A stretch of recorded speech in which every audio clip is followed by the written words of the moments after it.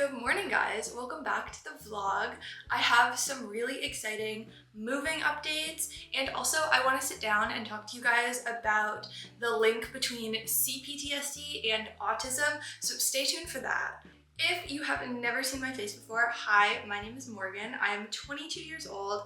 I am autistic, and I recently just moved from Massachusetts to New Hampshire, and I'm trying the whole living alone thing. If you hear a bunch of noise, there's like workers going on outside, and I also have family staying here, so there's a lot of commotion. But anyway, today is 85 degrees. It's the first like summer day, and I live for summer. All of my seasonal depression goes away when it reaches like 80 degrees. I decided to take work off today, aside from filming, and I'm going to go to the beach. Oh, I have a room update for you. I bought a dresser. Here she is. I got her at Goodwill and it was only like 30 bucks, and it has a lot of like fixing up to do. And if you notice, there's a lot of drawers missing. I'm painting them and like putting new knobs on them, and just I have to super glue some areas. It's just a whole process. I'm fixing it up. All right, now I'm packing up to go to the beach. I'm only gonna go for like 2 or 3 hours because unfortunately Evie can't go. They don't let dogs, and I just feel really bad leaving her home alone in her crate for more than like a couple hours. I don't know. I'm an overprotective mom. It hurts my heart to leave her. So it's just gonna be a quick little beach trip. Hey guys, I just got back from the beach, and to be honest, it wasn't much of a beach. It was like a tiny little lake with a patch of sand, but you know, it's fine.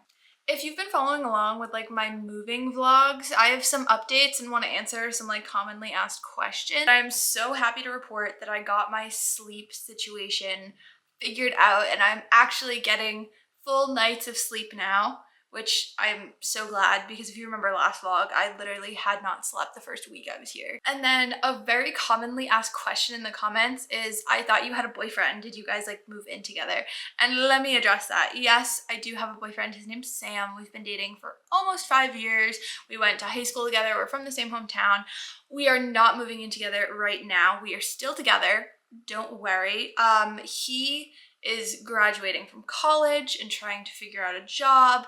I graduated last year and I'm figuring out what I'm doing, and we're both just trying to like figure out our young adult life. And we also don't have the money to like move in together at the moment. So like the long-term plan is, yes, to move in together, but for right now, this is just a short-term thing for me. Okay, so now let's talk about autism and PTSD. There was actually a brand new study that just came out about a week ago linking autism and PTSD together and talking about how autistic people develop trauma a lot easier than non-autistic people, and how being autistic is inherently traumatizing because of the world that we live in, and events that might not seem traumatic to non-autistic people can be very traumatic to autistic people. It also mentions that trauma and having PTSD or CPTSD makes your autism symptoms worse, which I thought was interesting as well. Learning about this research was so validating because I knew this. I knew that I had trauma from being autistic, and now science proves it. Previous, I thought that it was just a me problem, like I was dramatic or there was just something wrong with me, because there's no way that I was traumatized, because I mean, I had a good childhood, I had a good upbringing, I have a good family, like nothing crazy traumatic has ever happened to me, yet I still developed trauma and CPTSD. So I thought that there was like something wrong with me, that I was just being crazy dramatic. But now I know an autistic brain is just easily traumatized. And I felt so much imposter syndrome claiming my trauma and talking about the fact that I had CPTSD, because like I said, nothing crazy traumatic has ever happened in my life. Like I felt like an imposter in that space because other people had like really serious things happen to them, and me talking about how people talked circles around me and got me all confused when I was little gave me trauma. Like it didn't seem right. But now I will give you some personal stories on this. So I hold a lot of communication trauma, and people texting me or approaching me or me having to go and talk to people triggers my CPTSD. I get very anxious having casual conversations with people. And it's because when I was little, adults in my life would yell at me and tell me that I need to use my words or speak up or you have to communicate with your words.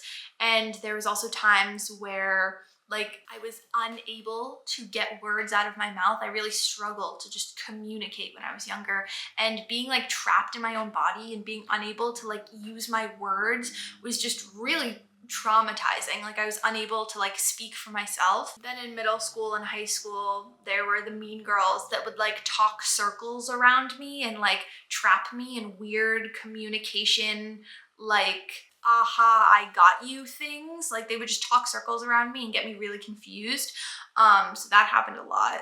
And then also just, I mean, every day of my life, I try to communicate how I'm feeling, or I try to communicate something, and people just don't seem to understand what I'm saying, or they misconstrued my words, or they're just like, yeah, I don't know what you're talking about. And constantly being misunderstood is also just inherently traumatizing. And see, if you're autistic and you might be hearing this and being like, oh yeah, that's really traumatizing, like same.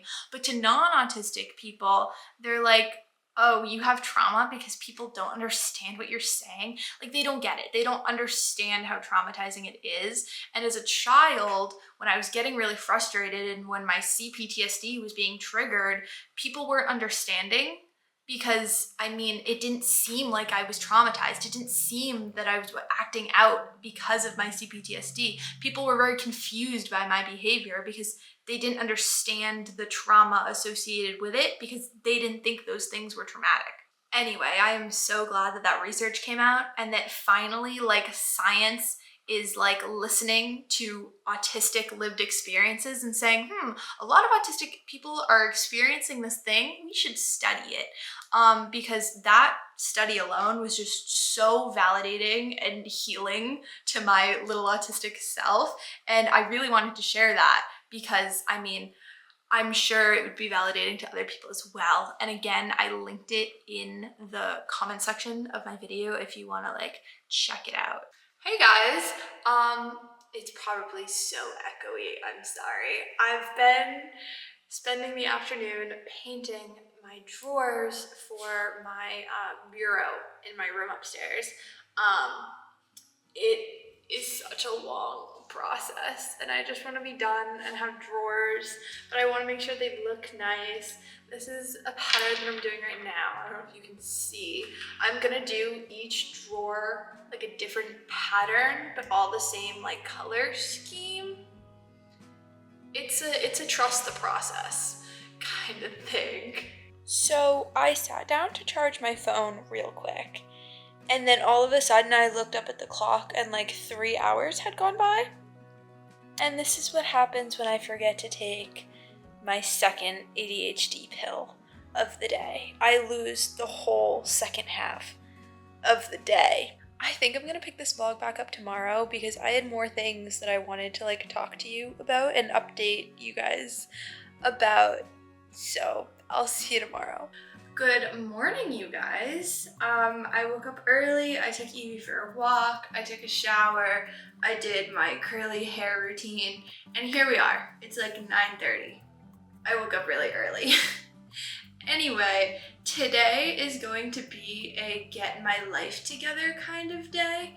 I like to split up my days like work days, get my life together days, rest days. Today happens to be a get my life together day. So that's like laundry, dishes, cleaning, like personal hygiene. Like I took like an everything shower and did my hair, you know, that's what kind of day it is. So I'll bring you along.